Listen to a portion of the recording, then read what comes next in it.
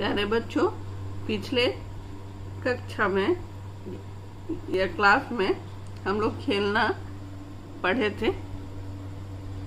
इस बार खेलना में देखे थे क्या क्या है खेलों के नाम। Badminton, kabaddi, hockey. इस बार हम लोग देखेंगे पाठ 13 बालक। बालक सोकर उठा। इसमें मेन चित्र को ही पढ़ना है, चित्र को याद रखना है।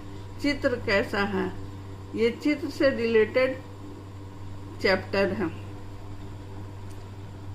बालक सोकर उठा, भगवान का नाम लिया, माता पिता के चरण छुए, हाथ मुंह धोए, शौच के लिए बाहर गया। इसमें हमें यह याद रखना है कि बालक सोकर उठा, उसके बाद किसका नाम लिया। तो बालक सोकर उठा, उसके बाद भगवान का नाम लिया। उसके बाद प्रश्न आ सकता है कि बालक भगवान का नाम लेने के बाद किसके चरण छुए। तो उत्तर होगा बालक भगवान का नाम लेने के बाद माता पिता के चरण छुए। उसके बाद उन लोग बालक हाथ मुंह धोए, शौच के लिए बाहर गए। हम लोग उठना चैप्टर पढ़े थे, उसमें ये देखे थे कि सुबह उठने के बाद हम लोग क्या क्या करते हैं। ये उठना चैप्टर से ही रिलेटेड है। और इसके बाद पाठ 14 में बालिका है, जो कि दातून और उठना दोनों चैप्टर से रिलेटेड है। अब हम पाठ 14 में आते हैं। यहाँ बालिका, इसको भी आज ही पढ़ेंगे क्योंकि बालक और बालिका दोनों चैप्टर एक दूसरे के जैसा ही है। बहुत कुछ इसमें समानता है। बालिका टहलने के लिए निकली, बगीचे में सैर की। आप ये दोनों फोटो ध्यान से देखेंगे। बालिका टहलने के लिए निकल रही है और ये बगीचे में सैर की। उसके बाद कसरत की, मैदान में दौड़ी, दांत साफ किए। हम लोग कसरत चैप्टर भी पढ़े थे। कसरत में आसन, दंड बैठक, ये सब जरूरी है और हमें प्रतिदिन करना चाहिए। ये चैप्टर पढ़ने से हमें पिछले पढ़े हुए चैप्टर का याद आता है। और दिन भर में 2 बार दातून करना चाहिए, ये भी याद आता है। रात में सोने समय जाने के पहले भी दातून करना चाहिए और सुबह उठकर भी दातून करना चाहिए। बालिका दांत साफ कर रही है। हम लोग ये भी जान जाते हैं कि सुबह उठ करके क्या क्या करना चाहिए। इस पाठ के चित्र को याद रखिएगा कि हम लोग क्या क्या पढ़े।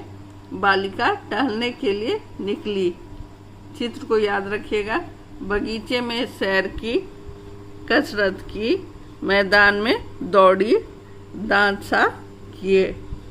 तो अब हम पाठ 13 बालक और पाठ 14 बालिका के कुछ प्रश्न उत्तर को देखने जा रहे हैं। प्रश्न पहला, बालक ने किसका नाम लिया।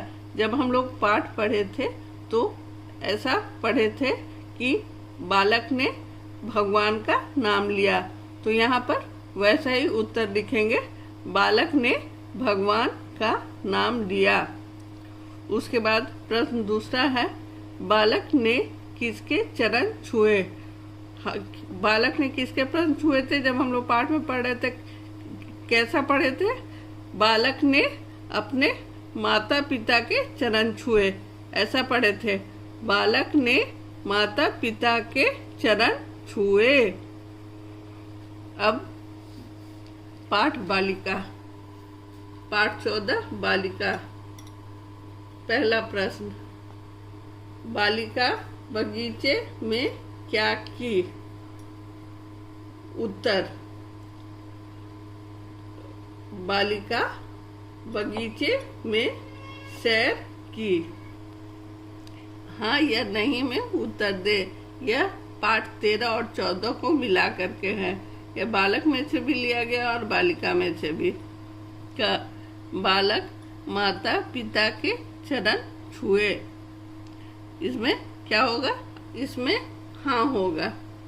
उसके बाद ख है, बालिका ने कसरत की। इसमें क्या होगा? इसमें भी हाँ होगा। ग है, बालिका ने दांत साफ नहीं किया।